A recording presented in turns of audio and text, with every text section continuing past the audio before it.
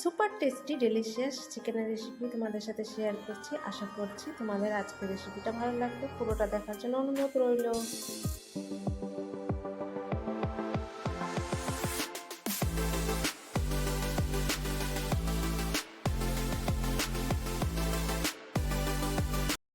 Moon recipe চ্যানেলে সবাইকে welcome জানাচ্ছি। তো প্রথমে একটা মশলা ভেজে নেব। তার জন্য 1 চামচ পরিমাণ গোটা ধনে আর গোটা জিরে দিয়েছিলাম, কয়েকটা গোটা গরম মশলা আর 4টে এখানে শুকনো লঙ্কা দিয়েছি। এটা শুকনো কলায় রোস্ট করে নেব। খুব সুন্দর একটা গন্ধ বেরিয়ে আসবে, তার সাথে এটার কালারও চেঞ্জ হয়ে যাবে। এটা আমি থালায় বার করে নিয়েছি। এবার মিক্সার জারে দিয়ে দিলাম কয়েকটা এখানে কাজু, আর এই ভাজা মশলাটা দিয়ে জল দিয়ে ভিজিয়ে রেখে দেবো। তারপর কিছুক্ষণ বাদে গ্রাইন্ড করব। তো এখানে কড়াই বসিয়ে দিয়েছিলাম। কড়াই দিয়ে দিলাম 3 চামচ পরিমাণ সর্ষের তেল। তারপরে দিয়ে দিচ্ছি 3টে কোচানো পেঁয়াজ মিডিয়াম সাইজের, আর ফোড়নে দিয়েছিলাম 2টো শুকনো লঙ্কা। এটা ভালো করে আমি পেঁয়াজটাকে লাল লাল করে ভেজে নেব লো টু মিডিয়ামে। এটা আমি রেখেছি ওভেনটা। তারপর দিয়ে দিলাম এখানে আদা, রসুন আর ধনেপাতা বাটা। এটা তো অবশ্যই ধনেপাতা বাটা দিতে হবে, খুব ভালো একটা টেস্ট নিয়ে আসে। তারপরে এখানে 1 চামচ পরিমাণ আবারও গুঁড়ো মশলার মধ্যে দিয়েছিলাম জিরে গুঁড়ো আর পরিমাণ মতো লবণ, হলুদ। তারপরে দেখো এই বাটা মশলাটা দিলাম, যেটা আমি ভেজে রেখেছিলাম, সেটা গ্রাইন্ড করে দিয়ে দিয়েছি।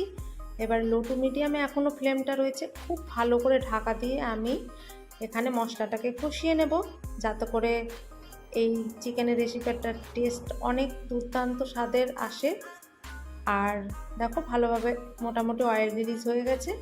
এবারে 600 গ্রাম পরিমাণ আমি এখানে চিকেন ভালো করে ধুয়ে পরিষ্কার করে দিয়ে মশলার সাথে মিশিয়ে নিয়েছি। এখানে আমি লবণটাও টেস্ট করে দিয়ে দিয়েছিলাম।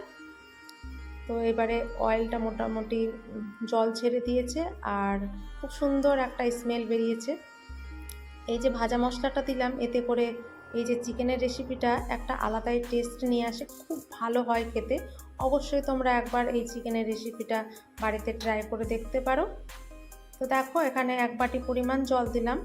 এতে মাংসটা ভালোভাবে মশলাটা মাংসের সাথে মিশে যাবে আর মশলাটা লেগেও যাবে না, ভালো করে কষিয়ে নেব।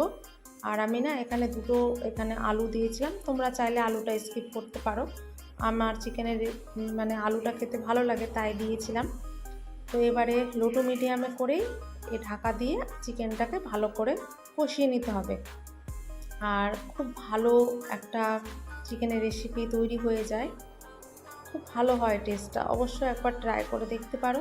তো দেখো এখানে আমি আর ঢাকা দিয়ে দিয়েই রান্নাটা করছি, আর অনেকটাই জল ছেড়ে দিয়েছে। এইভাবে করে চিকেনটাকে ভালো করে কষিয়ে নেব, আর খুব সুন্দর একটা কালারও চলে এসছে। তো এখানে আর আমি জল টল কিছু ইউজ করব না, এই জলের মধ্যেই ভালোভাবে চিকেনটা রেডি হয়ে যাবে। তো দেখতেই পাচ্ছ ভালোভাবে চিকেনটা কষানো হয়ে গেছে আর খুব সুন্দর একটা স্মেল বেরোচ্ছে, যে একদম খেতে ইচ্ছা হবে এরকম। আর এই চিকেনের রেসিপিটা দেখে যে কারোরই জিভে জল চলে আসবে। খুব ভালো একটা চিকেনের রেসিপি, তোমরা অবশ্যই ট্রাই করে কমেন্টস বক্সে জানিও যে কেমন হয়েছিল খেতে। এখানে তোমরা চাইলে একটু গ্রেভি রাখতে পারো, বাট এইভাবেই এই চিকেনের রেসিপিটা কষানোই ভালো লাগে, কষা কষা। খুব একটা ভালো রেসিপি তোমাদের সাথে শেয়ার করলাম। যদি ভিডিওটা ভালো লাগে লাইক শেয়ার করে দিও। সবাই